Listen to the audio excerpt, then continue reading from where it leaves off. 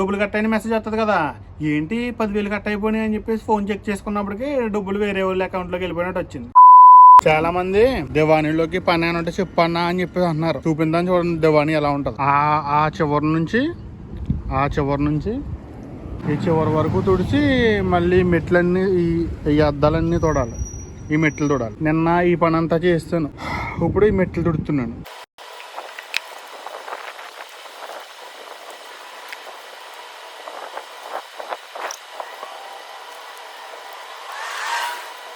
ఇందాక చూపించింది మజిలీస్కి బయట వైపు, ఇది లోపల అన్నమాట. ఇలా ఉంటుంది లోపల వైపు. ఈ దివాణి చాలా చిన్నదే, చాలా పెద్దవి కూడా ఉంటాయి.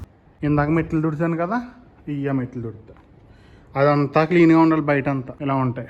ఇక్కడ కూర్చొని టీలు తాగుతారు, అదే చాయ్ గవ్వ తాగుతారు. అరబ్బళ్ళు క్లీన్ చేసుకుంటా, శుభ్ర కింద కానీ ఈ టేబుల్ కానీ ఇవన్నీ క్లీన్ చేసుకుంటా చూసుకోవాలన్నమాట. వాళ్ళు టీలు అయ్యి వేసి ఇవ్వాలన్నమాట. ఇన్స్టాగ్రామ్ లో కానీ యూట్యూబ్ లో కానీ కామెంట్లు పెడుతున్నారు, అన్న వేసేయమంటే చూడు, దివాణిలోకైనా పర్లేదు, గార్డెన్ పనికైనా పర్లేదు, ఎడారిలోకైనా పర్లేదు. అంటే ఎడారి అంటే మనం మీకు చూపించని చూసారా, యజబాలోకైనా పర్లేదు అని చెప్పేసి అంటున్నారు. దేనికైనా పర్లేదు వేసామంటే చూడండి అని కామెంట్లు పెడుతున్నారు. మీరు అలా కామెంట్లు పెట్టడం వల్ల నేను అలా మీ కామెంట్లు చదువుతున్నాను. ఎవరైతే మోసం చేయాలని చెప్పేసి చూస్తారో వాళ్ళు కూడా మీ కామెంట్లు చదువుతారు. ఆ కామెంట్లు చూసిన వెంటనే ఏం చేస్తారు, వీళ్ళకి పని కావాలి, వీళ్ళకి ఇలా ఇబ్బందులు ఉన్నారని వాడికి అర్థమవుతుంది. ఫేక్ అకౌంట్ ఒకటి క్రియేట్ చేసుకుని మీకు మెసేజ్ పెట్టడం మొదలెడతాడు. పలానా వీడియో కింద మీ కామెంట్ చూసాను, వీసా కావాలని చెప్పేసి అంటున్నారు, మేము చాలా మందిని అలా రప్పించి పనిలో పెట్టాము, మీకు ఇంట్రెస్ట్ ఉంటే చెప్పండి అని చెప్పేసి మీకోసం ప్రత్యేకంగా ఫేక్ అకౌంట్ క్రియేట్ చేసుకుని ఫేక్ డాక్యుమెంట్స్ అన్ని ఫేక్ క్రియేట్ చేసి మిమ్మల్ని నమ్మించేలా చేస్తాడు. మోసం చేసేవాడు ఫస్ట్ లక్షణం ఏంటి, మనల్ని నమ్మించడం. మనం నమ్మితేనే మోసపోతాం, నమ్మకపోతే మోసపోం. తర్వాత ఏమవుతుంది, మిమ్మల్ని నమ్మించడానికి అన్ని క్రియేట్ చేసిన తర్వాత మీకు ఒక ఫేక్ ఫోటోలు వీడియోలు అన్ని చూపిస్తాడు. నమ్మితేనే ఇవ్వండి, లేకపోతే లేదు. ఇప్పుడు సగం డబ్బులు కట్టింది, తర్వాత సగం డబ్బులు కట్టిందంటే మనం ఇంకా నమ్మేస్తాం. ఎందుకంటే నేను కూడా మీకు లాగానే మధ్య తరగతి కూడా ఒక అంతకన్నా కింద. మనం మధ్య తరగతి వాళ్ళతో పోల్చుకోకూడదు. మధ్య తరగతి వాళ్ళు అంటే ఏంటి, అక్కడెక్కడ 4 సెంట్లు లేకపోతే 10 సెంట్లు భూమి ఉన్న వాళ్ళు మధ్య తరగతి వాళ్ళు. మనకి ఇల్లు ఒకటే ఉండి ఇల్లు కూడా లేని వాళ్ళు మన లాంటి వాళ్ళు మధ్య తరగతి కూడా కాదు. కాబట్టి మనం పోల్చుకోకూడదు. మ్యాటర్ వేరే దాంట్లోకి వెళ్ళిపోతుంది. దీంట్లో ఆడు మనకు మెసేజ్ పెట్టిన మనం రిప్లై ఇస్తాం, అవును నాకు వీసా కావాలి, నేను చాలా ఇబ్బందుల్లో ఉన్నాను అని చెప్పేసి. ఫస్ట్ సగం కట్టండి, తర్వాత సగం కట్టండి అన్నప్పటికీ మనం నమ్మేస్తాం. ఎందుకంటే మనల్ని నమ్మించడం వాడికి కావాలి, మనం నమ్మడం వాడికి కావాలి. సరే అని చెప్పి ఫస్ట్ సగం కట్టేస్తాం నమ్మేసి. కట్టిన వెంటనే ఏమవుతుంది, ఆడు ఫేక్ డాక్యుమెంట్స్ అన్ని క్రియేట్ చేసి మనకి వీసా ఇంకొని మీ వీసా రెడీ అయిపోయిందని చెప్పేసి మనకి పంపిస్తాడు పేపర్. మనం ఆ పేపర్ చూసి సంబంధించిన వీసా వచ్చేసింది, ఇంకా కనమ డబ్బులు కూడా కట్టేద్దాం అన్న టైపులో మన మైండ్ వెళ్ళిపోతుంది. ఆ టైప్ మోసం చేస్తున్నారు జనాలు అందరూ. ఇది అందరికీ తెలుసు, చాలా మందికి తెలుసు ఈ మ్యాటర్, ఇలాగ మోసాలు జరుగుతున్నట్టు.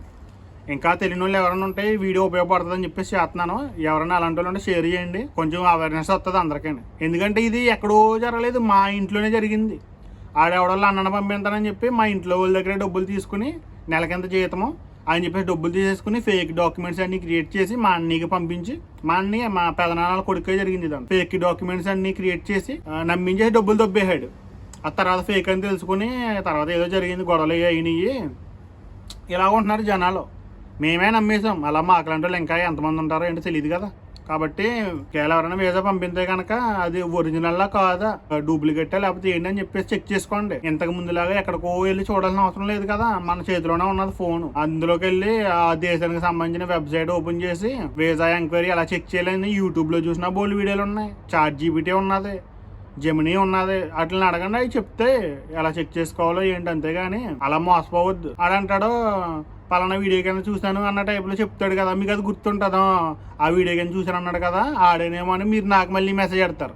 ఎలా పలానా ఎవరో మెసేజ్ పెట్టారు నీ వీడియో కింద కామెంట్ చూసి, ఆయన చూసి మేము డబ్బులు ఇలా చేసాము అని చెప్పేసి మళ్ళీ అంటారు. అప్పుడు మీరు బాధపడాలి, నేను బాధపడాలి. అందుకు వీసాల కోసం కామెంట్లు పెట్టొద్దు.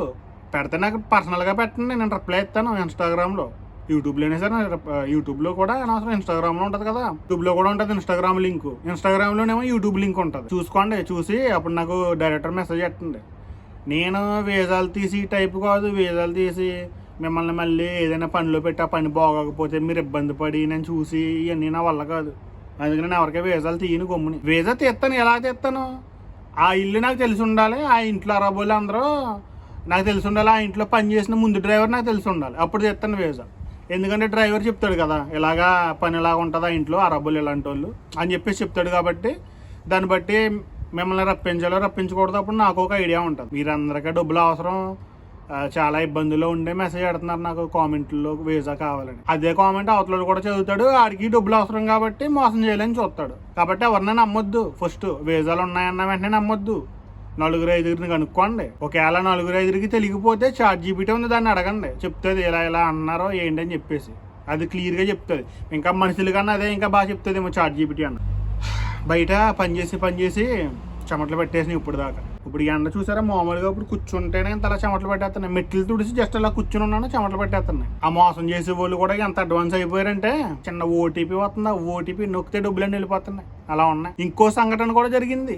అది కూడా మా ఇంట్లో అంటే మా చుట్టాల ఇంట్లో జరిగింది. ఎవరో ఫోన్ చేసి అమ్మ మీ బ్యాంక్కి ఇలా జరిగింది, ఇలా డాక్యుమెంట్స్ అన్నీ కావాలి, ప్రస్తుతానికి మేము కంప్యూటర్లో చెక్ చేస్తున్నాము, మీ ఫోన్కి ఒక ఓటీపీ వస్తుందా, ఓటీపీ చెప్పండి అమ్మా అని చెప్పేసి అన్న వెంటనే చెప్పేశారు. ఓటీపీ 10,000 కట్ అయిపోయినాయి. డబ్బులు కట్ అయిన మెసేజ్ వస్తుంది కదా, ఏంటి 10,000 కట్ అయిపోయినాయి అని చెప్పేసి ఫోన్ చెక్ చేసుకున్నప్పటికీ డబ్బులు వేరే వాళ్ళ అకౌంట్లోకి వెళ్ళిపోయినట్టు వచ్చింది. ఇంకా పోలీస్ స్టేషన్కి వెళ్ళి కంప్లైంట్ ఇచ్చి ఆ పోలీస్ స్టేషన్ చుట్టూ తిరిగినప్పటికే అలా 50,000 పోతుంది ఇంకా పోలీసు వాళ్ళు చుట్టూ తిరిగినప్పటికి. అందుకే ఇంకా మొత్తానికి కంప్లైంట్ ఇవ్వడం మానేసి. డబ్బులు దొబ్బి వాడు కూడా ఎలా చేస్తున్నాడు చూడండి.